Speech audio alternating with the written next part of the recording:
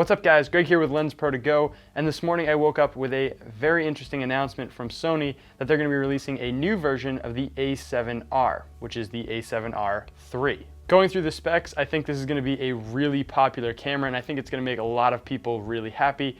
Maybe not the people who just went out and purchased the A9, but let's go through the updates and see what they've done. They've really redesigned this camera from the inside out. It has the same sensor that the a7R II has, but they've redone the processing and the pipeline to allow for 10 frames per second with 14-bit uncompressed RAW. Sadly, with this uncompressed RAW, you can only get up to about 30 photos before it fills up the buffer, and then you need it to dump to the card, which is less than 3 seconds in continuous burst mode, and I'll be interested to see how long it takes to actually clear the buffer to the memory card. We know the A9 had a problem with this, and it could take up to 30 seconds to clear that buffer, so it'll be interesting to see what they do with this one. If you shoot in compressed RAW, you get closer to 90 photos, which is about 3 times as long, and 9 seconds of continuous burst mode, which is much better. With the higher frames per second shooting mode, you get a greatly enhanced autofocus system with 399 AF points, and up to 2 times the speed of the a7R II for subject tracking, as well as face and eye autofocus. I watched a little preview that Sony put out using this new AF,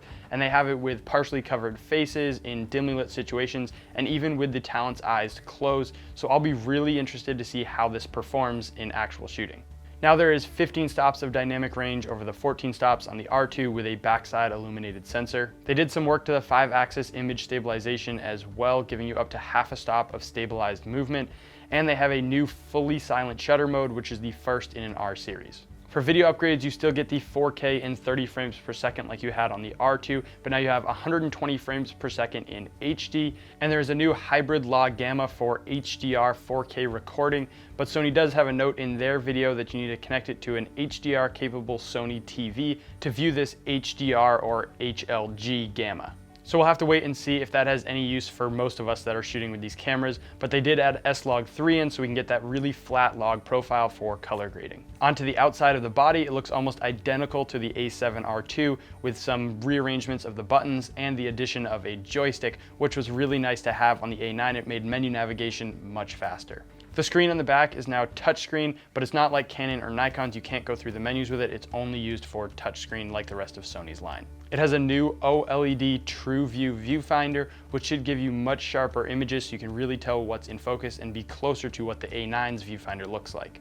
Now, the two big things that I think almost everyone's going to be excited about is that this camera uses the new battery that was released with the A9, so you get almost double the battery life over the a7R II, and you now have dual card slots just like the A9, which is great for shooting redundancies or overflow, and Sony really should have been doing this in all of their cameras previous to this, but I think going forward they will have dual card slots in all of their cameras in this range. Based on the specs of this camera and how it looks right now, I think a lot of people that went out and purchased the A9 and don't need the 20 frames per second are probably going to be a little bit upset with Sony and this camera, especially coming in almost $1,300 cheaper at $3,200. I plan on doing some more tests with this once it comes out in November, maybe sooner if I can get my hands on one.